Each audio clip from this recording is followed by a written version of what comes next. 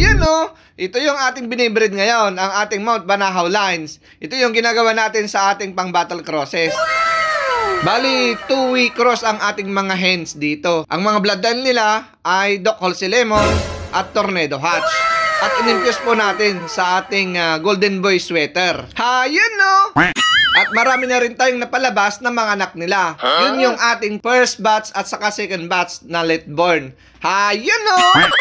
Sana dumami pa at tuloy-tuloy pa rin tayo sa pag-infuse at pag-cross ng ating mga manok, lalong-lalo na yung ating mga Mount Banahaw Lines para makapag-develop tayo ng sarili nating bloodline sa ating munting farm. Ayun no. Ayan mga boss, ang ating Golden Boy, napakapugi, ang daming asawa. Oy, sana all, maraming asawa.